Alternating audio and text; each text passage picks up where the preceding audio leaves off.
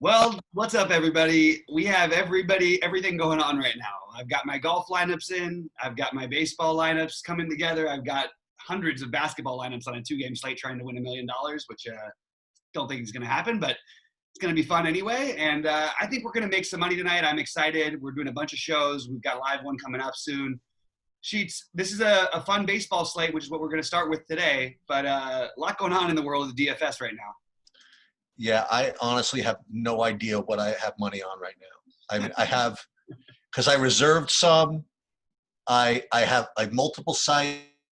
I gotta. Not to mention, I have my fund. I'm dealing with my fund. I got so much time management stuff going on right now.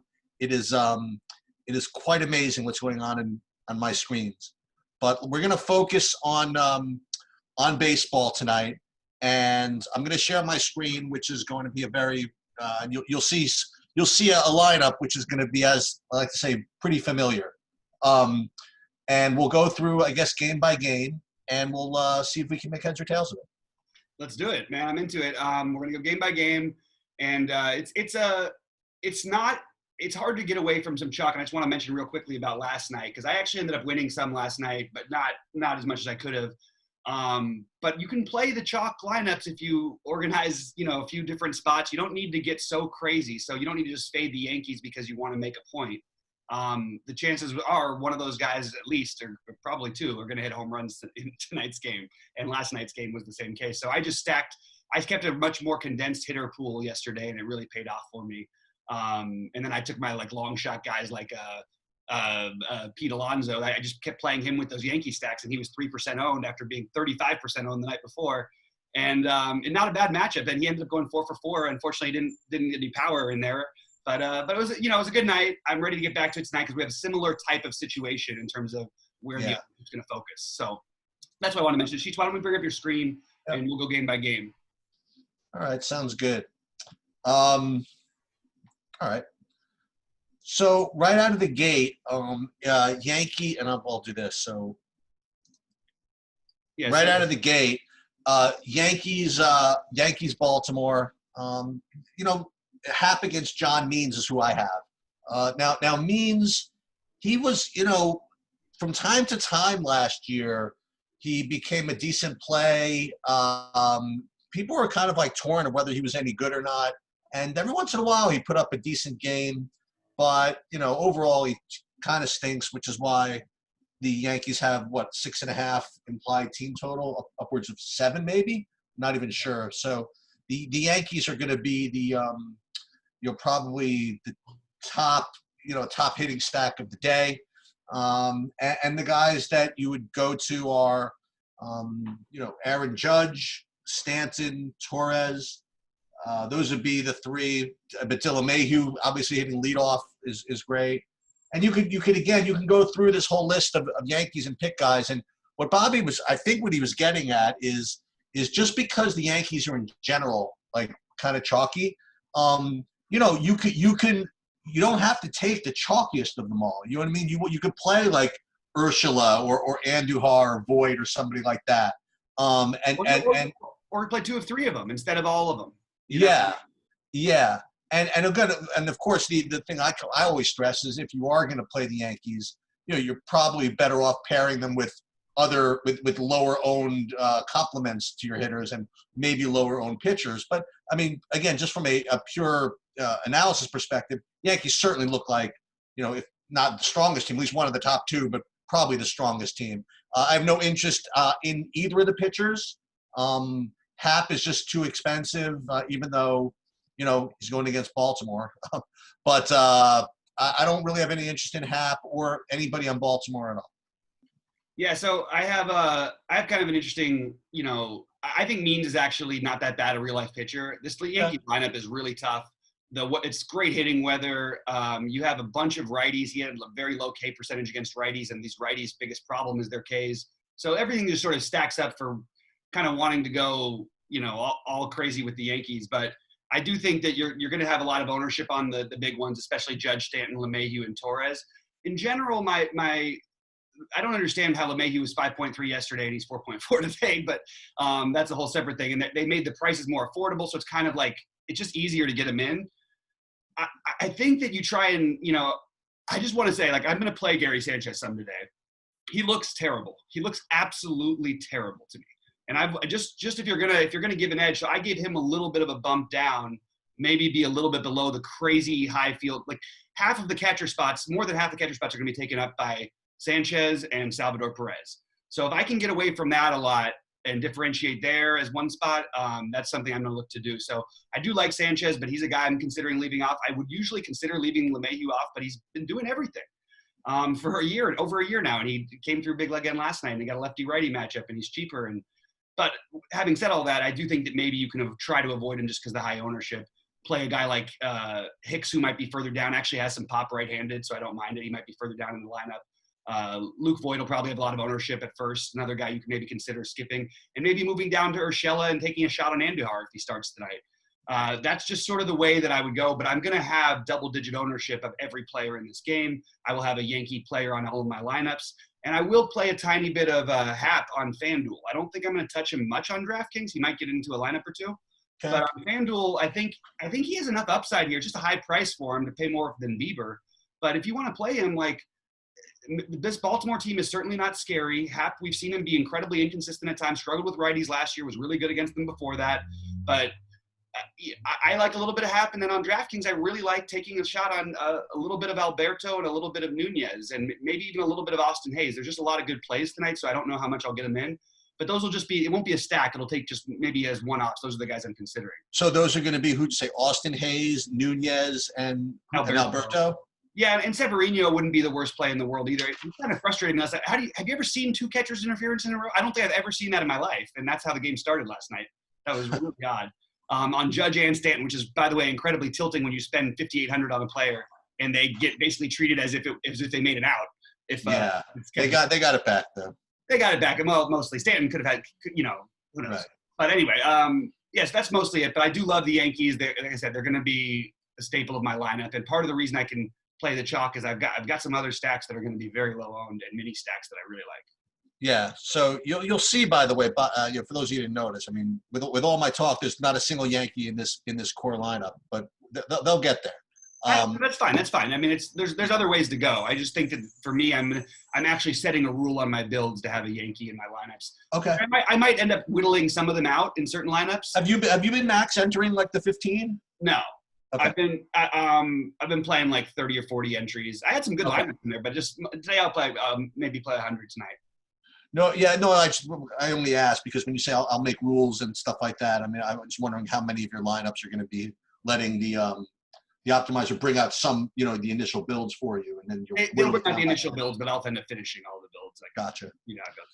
All right, let's move on. Okay, so Cleveland, Minnesota. This is one of those, when you do baseball DFS enough. I mean, you sometimes look out kind of like a macro level at certain teams, right? In certain situations, like sometimes it's a good pitcher against bad hitters, which is obviously great. Sometimes it's good hitters against bad pitcher, which is obviously really good, for the hitters. But sometimes you get the opposite. Sometimes you get bad pitchers against bad hitters. And I ask this a million times. In a situation like that, is it better to take the bad hitters against the bad pitchers or the bad pitchers against the bad hitters? Now, obviously, it depends on ownership and all that stuff. Now, on the other end of the equation, you have games like this where you have good pitchers against good hitters. And it's a similar situation. You know what I mean? Like you don't have everything going your way, but look, both these pitchers are pretty good. And yet, both of these hitting teams are really good. So my first look is I didn't really get so much of this game. But as I said, as we'll say a lot, Minnesota, and we talked about this yesterday a little bit, Minnesota is going to be in play in every slate. I even prefaced yesterday by saying, now they're going to also remember, they're going to be in play when you're playing against a good pitcher too, when they're going to be maybe a little cheaper and lower owned. So, and this is a perfect opportunity to identify that. I mean, you have a really great hitting team that can score, yet they're going against a possible Cy Young winner. You know what I mean? So it's a tough spot, but if you want something low owned, you can try to take all these good Minnesota hitters in a tough spot. I mean, try play Kepler or Polanco or Nelson Cruz again. I mean, that could be one way to get different over the Yankees or some of the chalkier stacks. On the Cleveland side, I think that they're going to be lower owned, and you get good hitters lower owned in play. You know what I mean? You can get Ramirez at, I mean, at low ownership. You can get Reyes or Lindor. I don't know.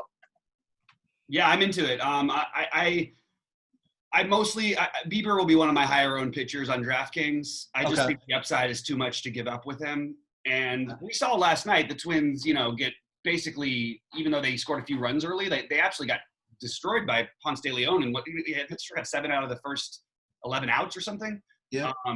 So I don't think that this lineup they're going to put out there tonight is going to be as weak as it was last night, unfortunately, because if it was the same lineup they put out last night, it'd be different. Tonight, I think you're going to see something a little different. I think you're going to see Kepler back in the lineup, obviously. I don't know what's going to happen with Cave and Marwin Gonzalez. I would rather, I still think that no matter what, you're going to play some Bieber, which is weird because he's actually an underdog in the game and all this stuff, but he's going to have ownership.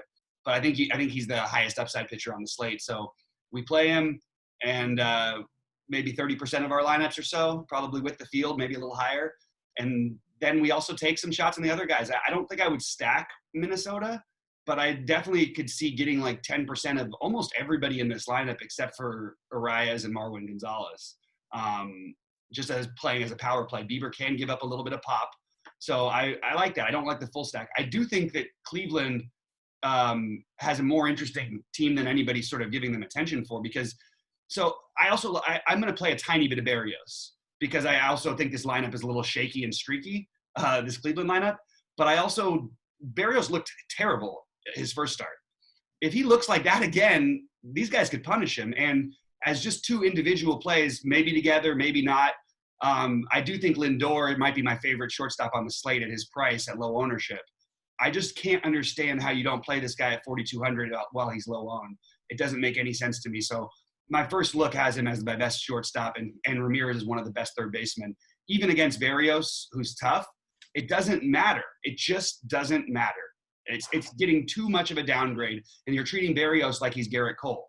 And by the way, even against guys like Garrett Cole, you're going to give up some homer. Like this is a good spot. Lindor can and also we're only going to see Berrios probably for maximum 6 innings, like unless he's really cruising, in which case you're already dead anyway, basically. So I like Lindor and Ramirez a little bit. Don't mind if you want to get a 3-man stack with either Santana or Franmil Reyes or Cesar Hernandez, but really don't want a full stack, maybe, but just like a 3-man or something like that. But I do really like Lindor and Ramirez. What do you think of Reyes as a one-off?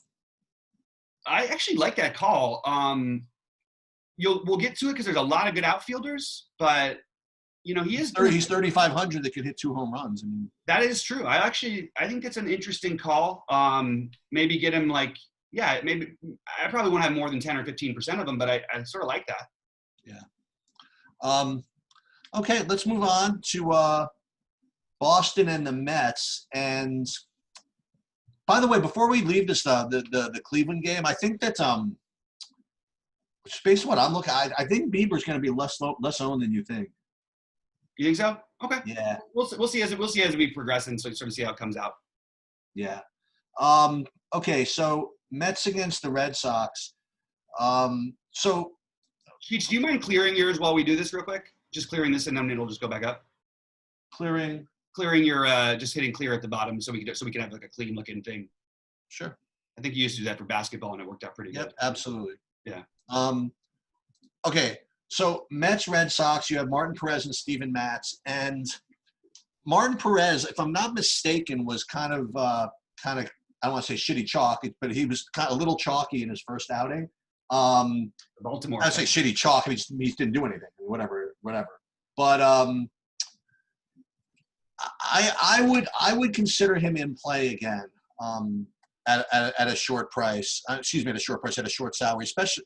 I hate to do this, but on FanDuel, he's like just retardedly cheap. I shouldn't even say that word anymore, but he's really, really cheap on FanDuel. If you want like a kind of an off-the-board type of salary saver, you could play him. But I would have to play let's put it this way. I have to play a decent amount of lineups to get to him, but he's certainly in my player pool. Aside from that, the Mets remain in play. I think you could play Cespedes pretty much every day. I think you could play Alonso pretty much every day. So those would be my 2 favorites. I didn't really get to much of Boston. I would say Peraza at 2,300 is kind of tough to overlook. Boy, look at some of these guys. Pilar at only 3K, and Chavez is still at 2,300. Jackie Bradley, 27. Maybe as lineup fillers, maybe these guys aren't that bad. I don't know. I like him as lineup fillers a little bit. I'm not going to stack them, but JD Martinez is one of my favorite plays in the slate. You're just going to get – if I can ever get JD Martinez at low ownership against the lefty, who's probably going to face him 3 times, even if he's not going all that good, I just think you got to take those shots. Peraza is going to be extremely high owned because he's probably going to bat leadoff. I don't know if we have the lineup yet, but I think we might actually. I'm presuming him at leadoff. Yeah, 2,300. Sure, get some. I don't think you're going to worry. Like that's what sucks is like on opening day he was leadoff. He was minimum cost chalk and he had a monster day. It's just he's not going to hit that whole bunch of home runs. This is not Fenway. But I do want to point out it is hot and humid in New York. It is. Yes, you know. So, you're going to have a 90-degree game with 50% humidity. It's basically the same as the Orioles, although it's not quite the hitter's park the Orioles is, obviously. It does make you kind of want to take some shots here. So I think that number one is JD. I like Pilar and Bogarts is another shortstop who I'm okay with. These guys are just not going to be very highly owned. So I'm going to have a bunch of JD. He's one of my top overall plays just because you're going to have such high ownership on the other outfielders. It just can't go his way. And you never get that. You also have Chavis at 2.3. You could, look, again, I just sort of like these little pieces. And then, I know it's weird lefty, and you don't want to play a 7-hitter, but I just want to point out Verdugo hit lefties really well last year as a Dodger, as a very good hitter. And I just think that these guys are all like, you have some 10% guys, and then you've got JD Martinez. That's what I sort of feel like. Yeah. But but I love the Mets side of this. Okay. So I'm okay with taking a shot on Perez or two. But let's think about this for a second. So the Yankees are going to be just literally 25, 30% owned. And you don't have any Mets player who's probably going to be double-digit ownership. And you both are facing lefties. I would argue that John Means at this point of his career might be a better lefty than Martin Perez. Actually, I think that's actually going to play out over the year, depending on, I guess, who they face and win. But you're only going to have 12 starts. But I really think that you have, yes, weaker hitters, but you have the ownership is cut down in 6th and 7th. You're going to have an unowned catcher in Wilson Ramos who's facing a lefty. And if this game was in Fenway like it was last week, you'd have Ramos at 25% again. And you'd have a higher it's bizarre to me. I just think that everybody in this lineup is firmly in play. I don't usually like stacking against Perez because he limits things. But because of the ownership, at least getting 3-man stacks, I really like Alonso, number 1, Cespedes a ton at low ownership. He's hitting bombs now. JD Davis has just been hitting the ball really well. Going to have no ownership. Nobody's going to play McNeil and Conforto and the lefty. Absolutely fine with either of them, especially because you could chase the pitcher quickly. If you want to get into the Cano, Rosario, I will have exposure to all of these guys. They will be played with my Yankees. I'm going with both New York teams again, like I did last night. This is one of my favorite spots on the slate, and I really am going to get some exposure between 3- and 5-man stacks and also as one-offs. There's a lot of power here. I just feel like we're getting a real break on the ownership of the Mets, and I'm going to take my shot. Yeah, I like it. It's not even the team I look to stack at home there, but this is a better Mets team, by the way, than we've had in a few years. So let's remember that too. All right, you want to move on? Yep. Okay, so next one on my list is Tampa and Atlanta. Fried and Yarborough kind of, I guess, disappointed people the other night. I don't know. I'm not really too interested in trying to take pitchers against Atlanta if I can avoid it.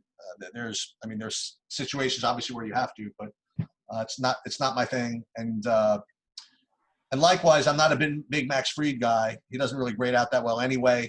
I'm just kind of. And, I struggled over this game last night, actually, Tampa and Atlanta. I ended up actually taking a few shares of Morton just in case, you know what I mean? And I ended up taking some shares of Braves also just in case, because it was one of those, again, one of those middling games where you don't exactly have the worst pitcher, you don't exactly have the best pitcher, you don't exactly have the worst hitters, you don't exactly have the best hitters, whatever it is. And I thought it would go really, really overlooked, and it did. Also the weather, too. Right, and it just didn't quite work out. But again, if you want to go for something really, really low owned, you could try this game. And if you're going to, Atlanta, I guess, oh my God, even Acuna's 5,800. It's kind of crazy. It's tough to find. It's tough to find value in here. I guess that's why they're going to be really like low. you said, it's a middling game because these are good pitchers and they're pretty strong bullpens. Like it's just sure these teams can hit and you can play them at low ownership. I'm going to have more than the field of Acuna, in this game, but I'm only because he's going to be low owned. It's not like it's this incredible spot, Although I do like the stadium for hitting. That's about what you could say. I mean, you've also got I don't know. For me, this game is pretty simple. You've got a couple 10% guys shots on. Bless you.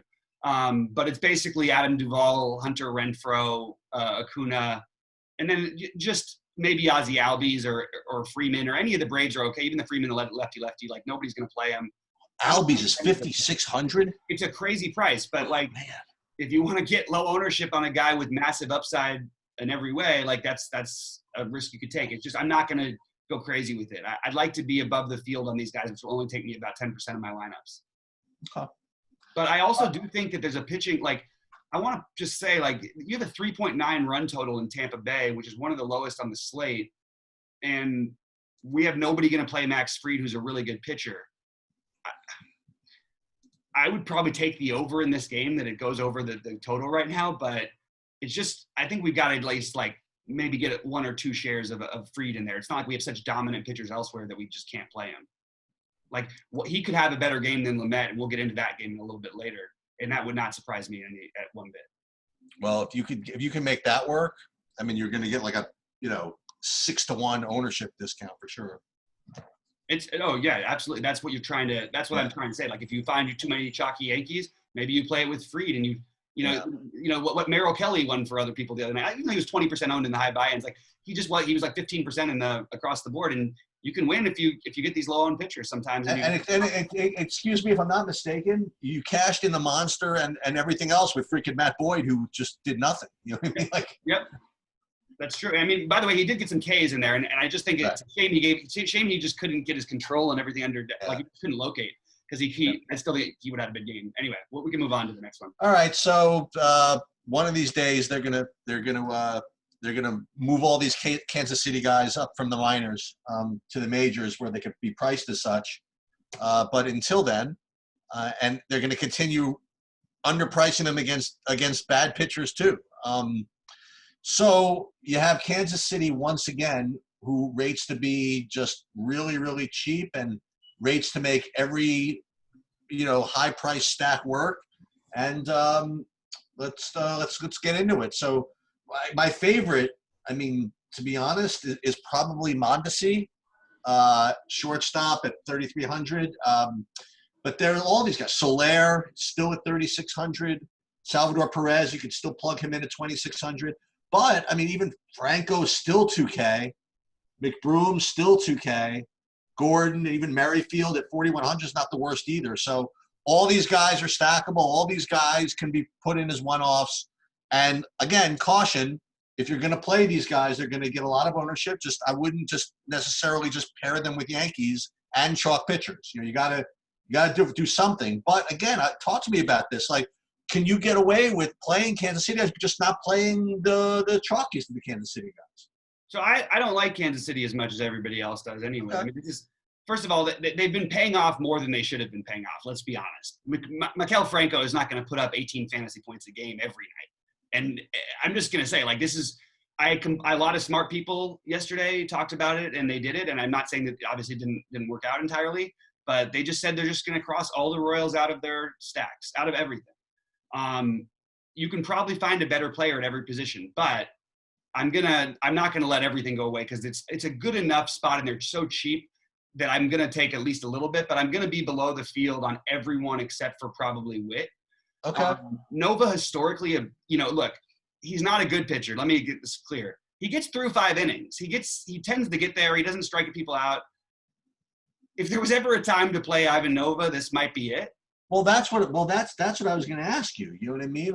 If you're thinking of crossing off Kansas City guys, I mean, just play $5,400 Nova. If I had a 14K pitcher that I really wanted to use tonight, that would be a little different. But it's hard that's where I'm running into issues. I'm doing that so I can play him with Bieber, who's got a 4.5 run total or 4.4 run total against him. It just feels weird. Like, you know what I mean? But, and you've got a 5 point, but I'm just going to say, like, you know, on a different slate, maybe also there's other cheap guys on the slate, and we'll get into one other one in a little bit. So maybe you don't go there, but I just think I might throw him in to one.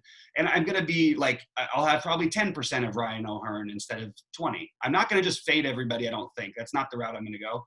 I don't mind. I actually think Maikel Franco will be lower owned today because he's going to bat further back and it's a righty. So I kind of like actually playing him as probably the lowest owned Royal outside of like Frenchie Cordero, Gordon, or Phillips.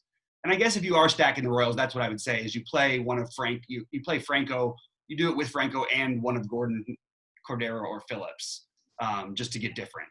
But I personally am not going to be heavy on the Royal stacks. I'll have a little bit, maybe one or two, but overall, it's not one of my favorite stacks at first look. Yeah. I do kind of like their pitcher a little bit, which, again, I feel like it's kind of gross, and I tend to change my mind and narrow my pitching as the day goes on, but I think we're going to have, like, there's an outside chance I think you might see a decent performance here from Brady Singer, who was pretty good in his first outing against the Indians, and, you know, is 6.8K, another cheap guy. This Detroit lineup certainly doesn't scare you. I don't know. So I'm at mild interest, maybe like 20% of my lineups even on DraftKings, because that's the two good pitchers to feel great about days are pretty much not gone, but they're hard to find these days. I do think that I'm going to go with a little bit of the Kristen Stewart, CJ Cron, and Scope in my non-Singer lineups. Don't mind Goodrum, but I don't think I'm going to be stacking up Detroit. It's just all those bats I like. I really like Scope. Just looks really good at the plate to me again, and I think he's going to have a bounce back year. So you're going to get low ownership on him because he's not facing a lefty basically every time. Still batting second, still hits righties well. And then you've got CJ Cron at 3,300. If I'm paying down at first base, I would so much rather play CJ Cron than I would the Kansas City guy, Ryan O'Hearn. Yeah. I mean, CJ Cron's an actual hitter. Yeah, exactly. And he's not. He might not only get one at bat. You know what I mean, or two at bats. He's going to get his at bats. He's batting in the middle of the order. But everybody's going to play Ryan O'Hearn just because that 1K price difference. I don't think this is a night where that 1K price difference means that much, personally. Okay, so let's move on to the Dodgers and let's do Seattle Angels first. Okay, so victory lap, call what it is. I did very, very well with Dylan Bundy in his first outing. Great. Yeah, he was terrific. He was low owned, but when we did that, we realized that he always carries with him some risk.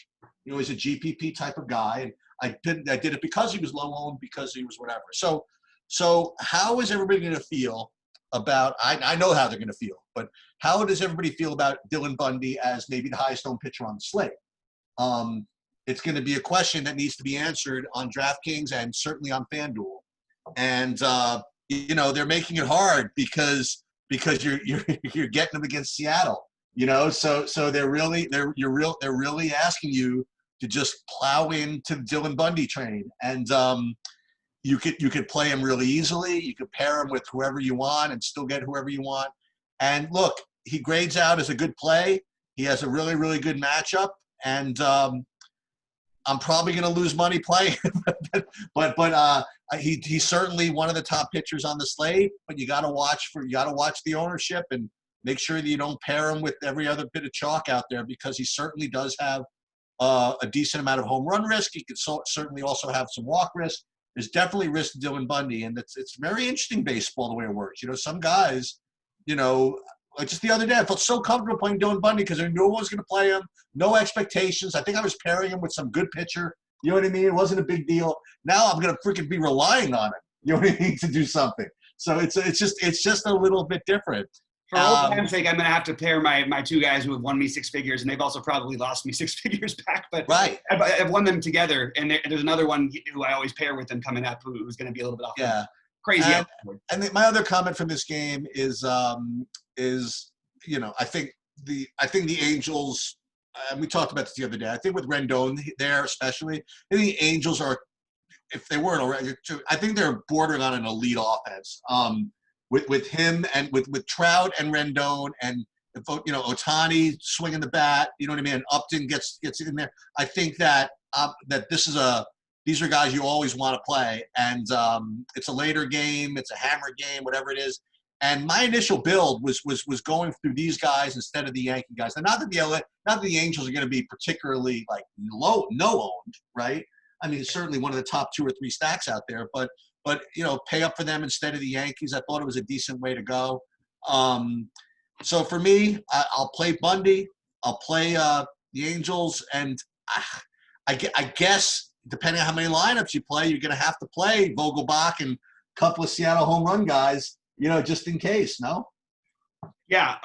Well, I mean, we'll see who's in the lineup for Seattle for sure. Let's make sure we see that before we do anything. But I'm going to have Bundy at least like with the field at a high ownership. Like as of right now, I might change that a little bit because I do think that he carries some risk with him. I also think that he has the upside that where if you don't have him, you might need him.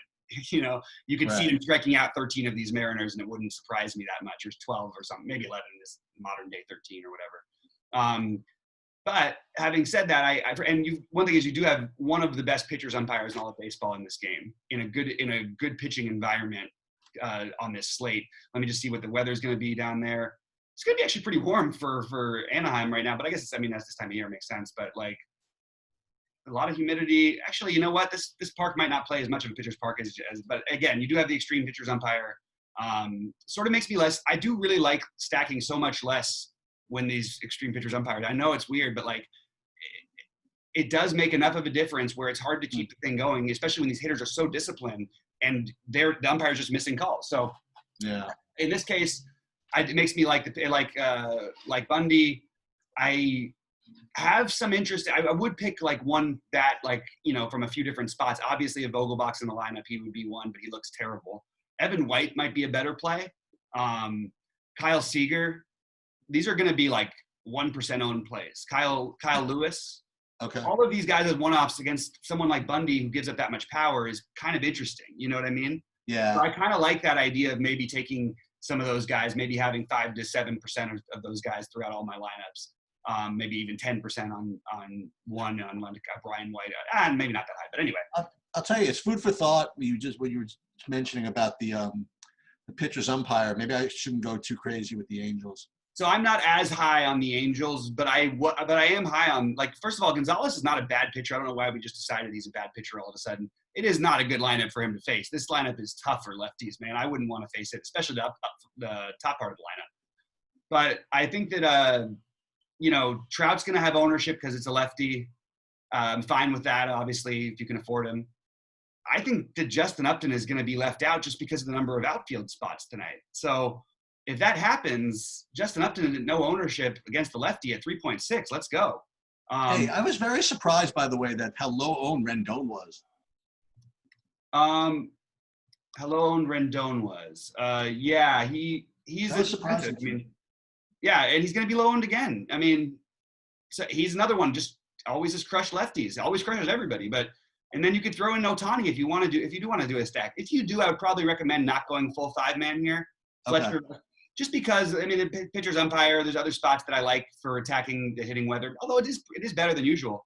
So maybe you could go 5-man, but mostly it'll be 4 men for me from them or some 3 men. It's probably going to be my most likely, and it's going to be Upton number 1, Trout number 2, Rendon number 3, Ohtani number 4. And then Max Stassi, if you do want to do the 5-man or the 4-man, use him as your catcher. No ownership on Stassi, where everybody's going to be playing at a higher price, actually, Salvador Perez, who could just go 0 for again. And there you go. You're getting great leverage by playing anybody but him or Sanchez.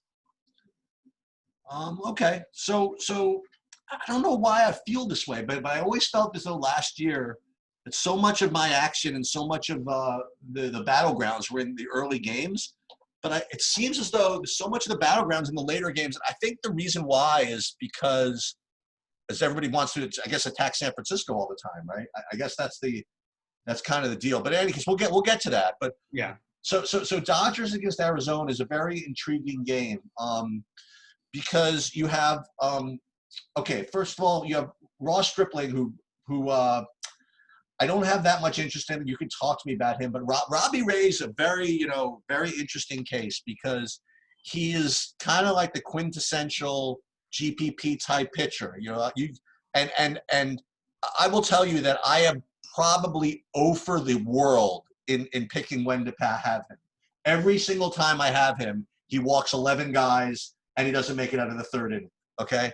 And whenever I don't have him, he goes 6 and strikes out 11 guys, you know? So with that said, he's against the Dodgers, and, you know, if I'm probably going to have some of them. Now, what I will say is that I think he might end up being over-owned because of the fact that he's a lefty against the Dodgers lefties. But as you hope, maybe you agree with me, but I think a lot of that is a little overblown. I mean, these Dodgers can freaking hit. You know what I mean? Like, yeah. I know Ray's especially tough against lefties, but these guys can freaking hit. They can, but he also does have – there is a ton of strikeout. The strikeouts will go up for them against lefties. The power is still there. Right. But those strikeouts are going to go up, so that sort of lends more to Ray, like you're saying. Sorry. Right. So I'm gonna play him, and like I said, I'm gonna lose because I always do.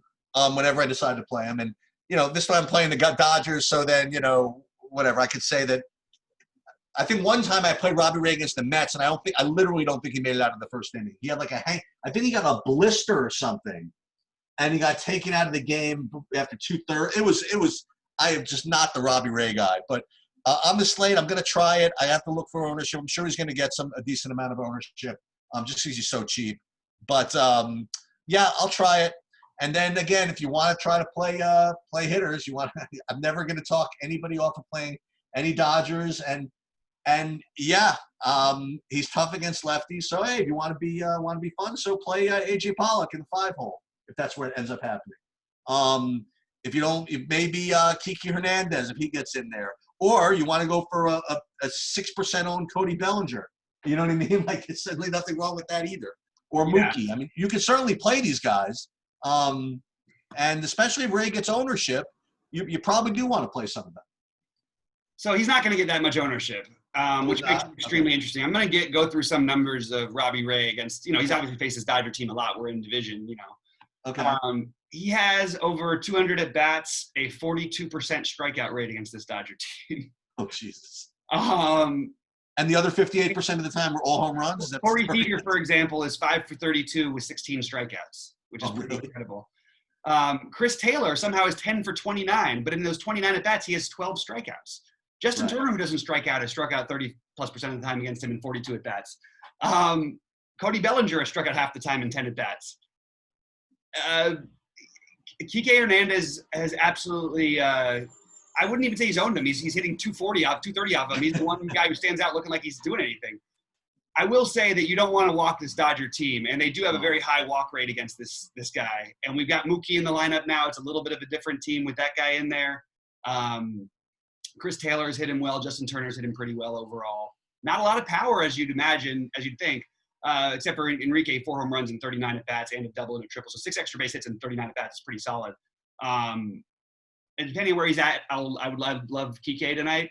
But I like him anyway, even if he's at the bottom of the order. He would be the guy I go with. I'm going to have more than the field of Ray just because of these strikeout numbers are absurd. For a guy who's not going to get owned, his upside is too high. And I've seen this story written. I've seen this slate play out too many times.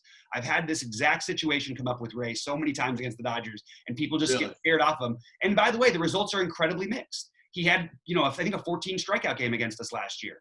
But he also had a game where he gave up like 9 runs in 3 innings. So, and they scored 16 runs that slate. So it's like, it really is a stack and, you know, pick against him. But I also like just picking individual spots. The Dodgers are going to be lower owned than they should be, except for Mookie. Mookie's going to have ownership because it's a lefty. It's basically just how people think. And it makes sense too.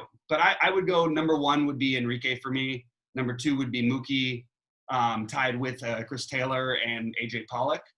And then I would go to the lefties right after them. I like the lefties, usually I always love them. But I'm a little bit less into them today, just because I like some of the Dodger righties. And if if I fully stack, I'll use 1 or 2 of them. But I don't think I need to use more, like all 3 of the big lefties in this one. All right. If you didn't like any of that, okay. I do like Stripling, by the way, too. What's that? I like Stripling. Oh, you do like Stripling? Massive upside. I don't understand what people are afraid of with this guy. He threw like 96 pitches his last outing. He pitched 7 innings and struck out, 10 or something? Like, he was dominant. I actually think that the Diamondbacks have a slightly better lineup than maybe they get credit for. I really like, even though he looks bad, I'm just going to always play David Peralta at home. But I do think Stripling against this lineup, I mean, who are we scared of? Jake Lamb, who's, hasn't done anything since 1994. There are other guys besides Jake Lamb in the lineup. I mean, what's that? I mean, there are other guys except for Jake Lamb in the lineup. No, I mean, there's David Peralta, who's not the same David Peralta for some reason. I don't know what happened to him. But I'm there's Marte, there's Escobar. I mean, you've got Calhoun and all these. Sure, the Escobar and Marte are your big guys you worry about, I guess. But okay, I'm not that worried. He's going to be 0% owned. Go. I mean, I'm guessing they're going to keep the stadium closed, right? So it's probably going to be a little better for pitching. So that makes it okay. Again, I'm not going to play enough lineups where I get to him, but if I were going to, I would certainly throw him in. I just think he makes some sense. Again, this always happens when we do our first shows because I really narrow my pitching as the day goes on, and I get the umpire data and stuff like that. Okay, so this is the late night pitching hammer. Okay, so San Diego against San Francisco, and I guess when San Francisco's playing at home, they're always the late night pitching hammer, I suppose. So you have Danielson Lamet, who is I think every time he pitches, he's 50% owned. I'm not sure, but I seem to remember that from last year, and I don't remember. I'm not sure what ended up happening each time, but he's certainly rating to be a very, very strong play. He's going against San Francisco. He's going to be high owned, and he's a guy that's going to be in my short list of players. But if you're not really too interested in that, if you want to be a real psycho, you could play Kevin Gausman. And I'm kind of into that. He's only whatchamacallit. He's only 6,100. It's same ballpark, and he's not quite the same as Dylan Bundy, but it's the same type of idea. You know what I mean? He's a GPP type guy. Every once in a while, he'll put up a really, really good game, and he's certainly going to be lower owned than every other guy that we talked about. That, you know what I mean? So I would certainly take a shot at him. I don't want to play any hitters from this game, so we can spend. I mean, unless you like any hitters, we can spend time talking about both these two pitchers if you want. So I want to point out something that Cardi pointed out the other day, and I think he's right. And they said it even when they were just warming up there, apparently. So apparently, with the way they've opened the gates and stuff like that, and you don't have the fans blocking the way. I don't know if you've been to San Francisco's park. I go there all the time. You'll always have a wall of people blocking the one side of the wall, basically. Okay. That doesn't happen anymore. You're not allowed to do that. There's also because of the lack of fans and because of the way they've opened the gates, the ball's actually carrying there. I'm going to take a quick look at the weather real quick, just because I think this is an important game. It sure is. And it's 59 degrees. Okay. So that immediately takes away the interest. I was going to try and make a little bit of a case for some of the Padre bats, but I'm going to still play a little bit of Tatis, and I'm going to play a little bit of what's my other guy, Machado. But I, maybe throw in one of the other two guys. And I don't really love the stacking. It's a good hitters umpire, actually. I guess you're right. In the end, we'll probably just end up siding with the pitching. I think I'll have more than the field of Lamet. I think he'll be in a third of my lineups, even with a umpire. Maybe not quite that high, but maybe somewhere around there on DraftKings. Okay. And I like Gausman. I think going Gausman around 20% is a good way to go. And he's the guy I was talking about playing with Bundy. That was my old combination. My double cheat. Is that it? With all the bats from Minnesota, and there it is, right on the board. It's right on the board right here. It's here for the taking, so let's go ahead and take it. I'm going to have to throw that one of my big lineups. I'm telling you, and it's actually I think it's actually a good decision to do anyway. So, but again, if the weather was a little better for hitting, if it was a little warmer in San Fran today, I think I might have gone with a few of those Padre bats. You like Will Myers at all, or no? He's okay. He looks better. Well, if you do this, by the way, I mean, if you play Bundy and Gausman, I mean, you could do some stuff. Yeah. And you could do it at low ownership, and you can root against Lamet if you want. But I agree. I think Lamet is. So I mean, again, it's so funny. I wasn't going to really go to Bieber. I mean, what I was really going to do, and we can just talk about our summary, whatever. I was going to live with those four guys. I was going to live with Lamet, Bundy. Who's the other guy? Robbie Ray and Gausman. I wasn't even going to go up to Bieber because I guess I was too afraid of Minnesota, I suppose. I think you got to play the best pitchers some slates, and you just got to go with it regardless. And that's just where I'm at. But I do have a little bit. I mean, I have Bieber and Bundy at about the same ownership percentage. You know what I kind of like? I thinking about what we've talked about, I think I'm kind of into your Mets call with the Mets hitters. Yeah, and you know, by the way, I actually don't think that you have a bad pitcher there. I didn't mention it before, but I know I mentioned I like some of the Red Sox individual bats, but I kind of like Matt's a little bit too. I just wish he was a little cheaper. That's just sort of, I mean, I just want to throw that out there. I think he's kind of, he's probably okay tonight. And okay lately in DFS has been awesome. Like Joe Musgrove last night, when he got me those 17 fantasy points on my 1,500 buy-in lineup, I was thrilled, you know, although he could have, I mean, honestly, he actually could have broke the slate completely wide open. He gives up 2 home runs. If he doesn't give those bombs, he was on this track for a monster game. Anyway. All right. So, okay, pitching sum up, Bundy, Bieber, numbers 1, 1A. Then it's Lamet just beneath them. And then I'm mixing in guys. I'm mixing in Ray, Stripling, Seeger, Gaussman. Well, we never really talked about Seeger too much. I mentioned Seeger when we talked about playing against Detroit for KC. I don't love him. I just think that, you know, he's one of these cheap guys. But then again, when I'm playing him, is the $1,300 enough of a saving to take away from Matt's? Because honestly, and yes, there are some good spots in this Red Sox lineup. They're going to put up 10-run games and all that stuff. But they're just not as good a lineup as people think they are, especially on the road. So. Are you going to sprinkle in just a couple of sprinkles that you talked about? Maybe Hap or Nova? Sprinkles. Okay. Sprinkles of Hap I like on FanDuel a little bit. Okay. I could see him getting, also I like getting the win over there. It matters, those extra points are making a big difference. Whereas on DraftKings, they still make a difference these days because the scores are so much lower. But getting, he's cheaper over there. He's got the biggest favorite of any team in all the in history, basically. They're like 4-1 favorites. I just think that's the way to go. So, I mean, I think that he's great over there, but I don't like him on DraftKings as much. I will talk about real quickly my favorite hitters. I didn't give a sum up. Sorry if I'm a little distracted, guys. I've got a bunch of different sports things popping up that are a little distracting right now. Did they cancel the basketball season already? No, nothing bad. This is just all of a sudden I'm seeing all these different lineup things, and it's too much for what's going on right now. JD Martinez, I don't mind taking a shot on him as being like the highest owned player I use. I feel like in this matchup in Boston, and if Boston was hitting lately or something, like you might see him like 30% owned here, but I think you're going to see him like 10 or 15% owned here. And I'm going to just get way above that and have him in my 30+% range and maybe as high as 40 or higher, depending on how I stack. I also think he's a great guy to play because what you do is you have these price of Stanton and Judge, and everybody plays them, one of those guys together or something. So you could do like a Yankee stack, use one of the outfielders, then play JD as the other spot. Something like that is going to be different in your builds.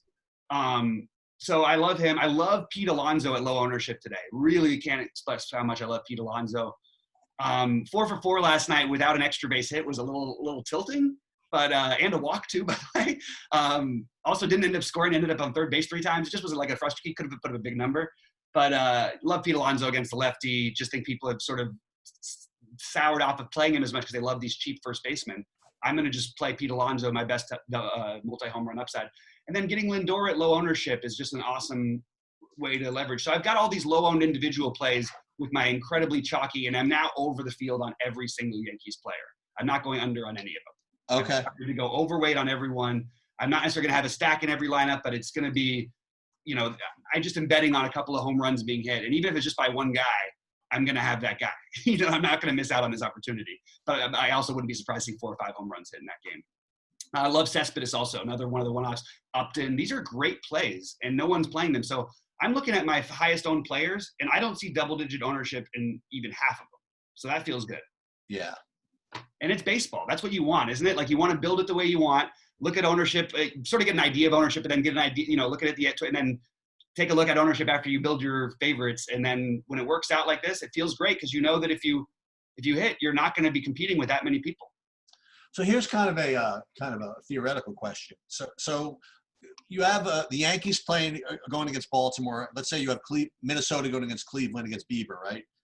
what would you be more inclined to take? Like a low-owned, Minnesota guy, or like a low-owned Yankee? You know what I mean? Like when I say that, I mean, let's say Kepler or Nelson Cruz or somebody really good was going to be low-owned because he's against Bieber. Or say like a lower-owned Yankee, like an Ursula or something like that. Again, I'm asking you like kind of a really, really just general question. You know what I mean? I'm just trying to think of different ways to be different. Yeah. So I was just mentioning. I mean, I'll tell you again. I'll just reiterate the ways that I'm going to be different is I'm going to play these Yankees tonight. I like the spot for them as a stack, and I don't think you need to fully stack. But setting the one Yankee per lineup rule, doing this, that's just the approach I'm taking. And if it fails me, so be it. You know what I mean? I'm sure I'll have a lineup or two on FanDuel that'll hedge without a Yankee. And by the way, not every Yankee is going to go over. They're not going to get no hit tonight. So I'm not worried about that. Knock on wood. But so I just feel like that's the best way to go. And then you find the places to attack elsewhere, like the Pete Alonso. I mentioned the Red Sox game. You got Pete Alonso, JD Martinez. I like there. I mentioned Justin Upton down there is going to get left off because of so many good outfielders today. Same story with Cespedes, who's also got the lefty-righty split. Wilson Ramos, great pivot. Anybody at catcher not named Sanchez and Perez. Salvador Perez was 50% owned in the 1,500 buy-in last night, which is absurd. And I think he might have even been on the winning lineup, but with 0 points. But anyway, I just think there's plenty of places you can get different tonight without having to try and find a totally off-the-board stack. But off-the-board stacks, I'm just going to take a quick look at my stack ownership. I have the Yankees in about 55% of my stack, so 30% secondary stacks, 25% main stack. Okay. I've got the Mets as 15% of my main stack, 15% of my secondary stack, which I think is actually pretty high because that you factor in that means I also going to have 30% of Alonso. There's a lot of ways that plays where they have 2-3 Mets on a lot of lineups. Kansas City, I do have 10% just because the value. But I also am trying to make them only 3-man stacks when I play Kansas City, maybe 1 4-man. The Dodgers, I have at 15%. I think I'm going to go down to 10% on the Dodgers. Well, no, I think I'd leave it at 15% of the Dodgers on both first and secondary. The Angels I prefer as a stack for secondary, not as a main stack. So that's how I'm sort of treating the Angels tonight. Let's stack them, secondary stack them. Use them as your 2-man, your 3-men, things like that. I don't want to fully stack that game in the not as good a hitting condition. So I'm just sort of routing elsewhere because of it. Make sense? I'm kind of into the slate tonight because I think I know the pitchers I want. I'm not going to go too nuts playing a zillion pitchers, and I think I know where I'm going. I think I'm going to be into this Mets stuff. I think that's what I'm going to end up doing, and we'll see how it happens. We'll see what happens. Yeah, we'll see what happens. It's going to be a fun one. All right, man. Well, we got to do some basketball, so we're going to get out of here. For Sheets, I'm Bobby saying we'll see you at the top leaderboards tonight, and good luck, everybody.